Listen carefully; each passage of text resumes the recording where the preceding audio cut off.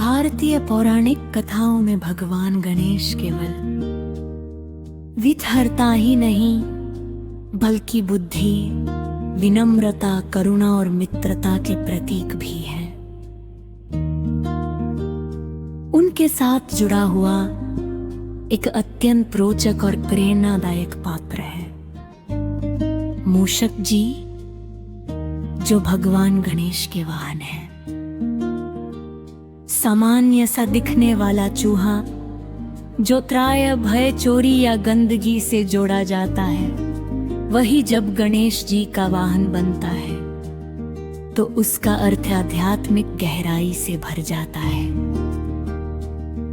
ये कथा बाल गणेश और मूषक जी की मित्रता, परिवर्तन और अहंकार से विनम्रता की यात्रा को दर्शाती है। ये कहानी बच्चों के लिए सरल, मधुर और शिक्षाप्रद है, वही बड़ों के लिए भी गहरे जीवन संदेश समेटे हुए है।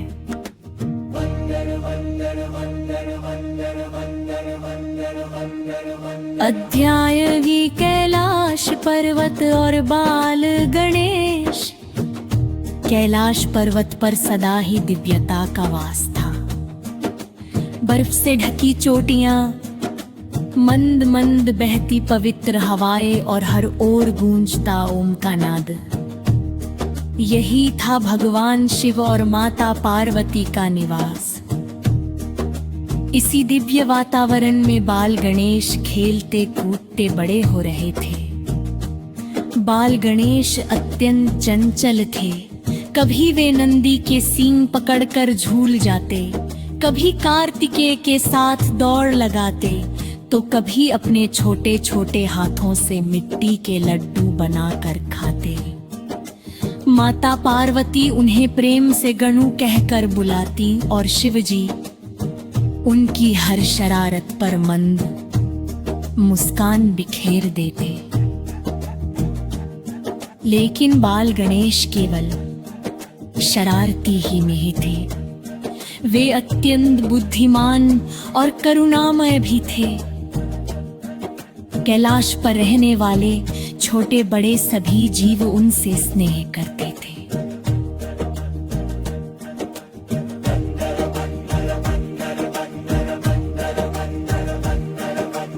अध्याय 2 में फैला भय। कैलाश पर्वत के नीचे घना वन था। उस वन में पशु पक्षी, ऋषि मुनि और अनेक जीव शांति पूर्वक रहते थे। लेकिन कुछ समय से वन में आतंक फैल गया था। उस आतंक का कारण था क्रोधासुर। क्रोधासुर कोई साधारण असुर नहीं था। वह कभी एक ऋषि का शिष्य हुआ करता था, लेकिन अत्यधिक अहंकार और क्रोध के कारण वह राक्षस बन गया। उसने तपस्या करके अपार शक्ति प्राप्त कर ली थी। अब वह वन में रहने वाले सभी जीवों को डराता, उनके भोजन चुरा लेता और आश्रमों को नष्ट करता। ऋषि मुनि परेशान होकर भगवान शिव की शरण में पहुंचे।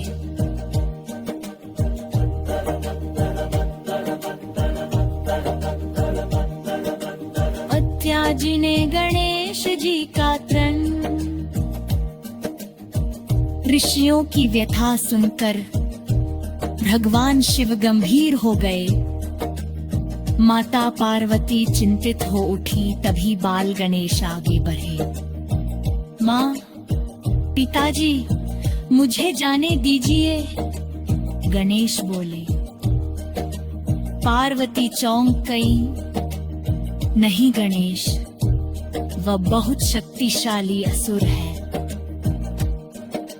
बाल गणेश मुस्कुराए। माँ, जहाँ बुद्धि होती है वहाँ बल अपने आप हार जाता है।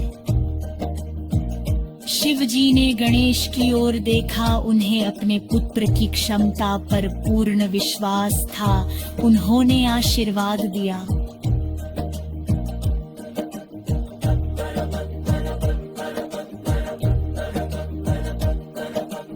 अत्याचार क्रोधासुर से सामना। वन में पहुंचते ही गणेश जी ने देखा कि चारों ओर भय का माहौल है। तभी क्रोधासुर प्रकट हुआ। तू कौन है, छोटे से बालक? असुर हंसा। गणेश शांत स्वर में बोले, मैं वही हूं जो तेरे क्रोध को तुझसे दूर करेगा।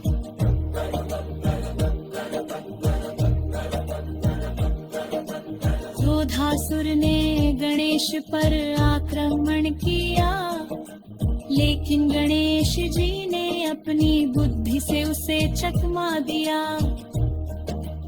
अंततः गणेश जी ने अपने पाश से क्रोधासुर को बांध लिया। क्रोधासुर का अहंकार टूट गया। उसने क्षमा मांगी। गणेश जी ने उसे तंग नहीं दिया, बल्कि उसका अहंकार नष्ट कर दिया।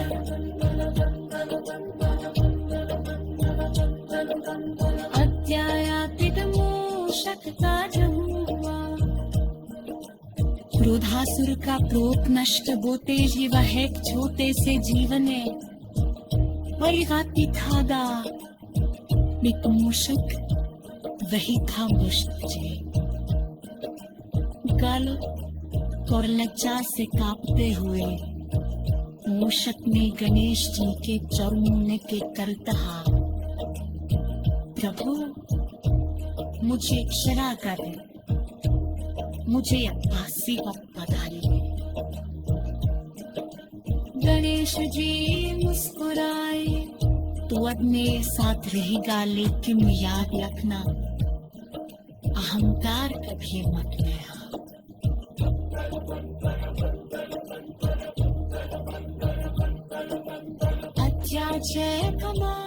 आए झत्ते मूषक जी की परीक्षा। मूषक जी अब कैलाश पर रहने लगे।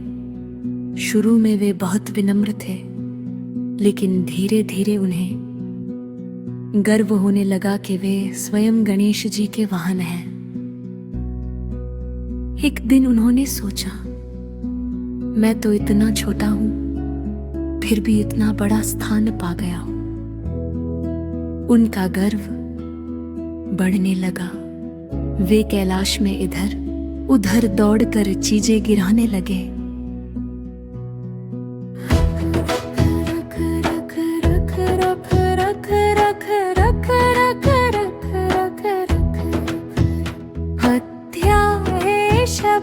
गणेश जी का उपदेश। गणेश जी ने मूषक जी को बुलाया। मूषक गणेश बोले, तुम्हें याद है तुम कौन थे? मूषक लज्जित हो गए। गणेश जी ने समझाया, वाहन होना सेवा का प्रतीक है, अधिकार का नहीं। मूषक जी को अपनी भूल समझ आ गए।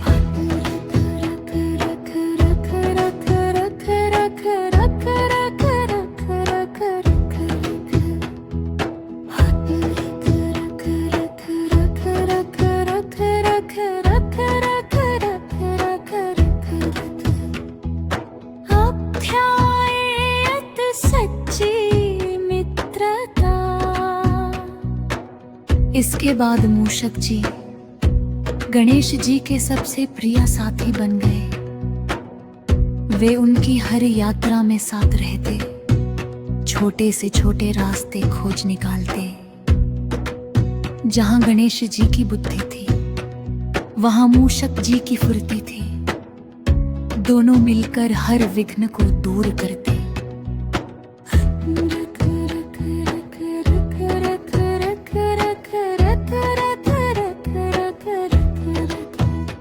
अध्यायपन का कारण है, सच्ची शक्ति बुद्धि में है। सेवा सबसे बड़ा धर्म है, छोटा या बड़ा कोई नहीं होता, कर्म से पहचान बनती है। उपसंहार। बाल गणेश और मूषक जी की ये कथा केवल पौराणिक कहानी नहीं, बल्कि जीवन का दर्पण है। गणेश जी हमें सिखाते हैं कि करुणा और बुद्धि से हर समस्या हल हो सकती है, और मूषक जी बताते हैं कि विनम्रता से ही सच्चा सम्मान मिलता है। इसीलिए जब भी हम गणेश जी की मूर्ति देखते हैं, उनके चरणों में बैठे मूषक जी हमें चुपचाप यह संदेश दे हैं, अपने भीतर के अहंकार को छोटा करो, तभी ईश्वर के निकट पहुंच सकोगे।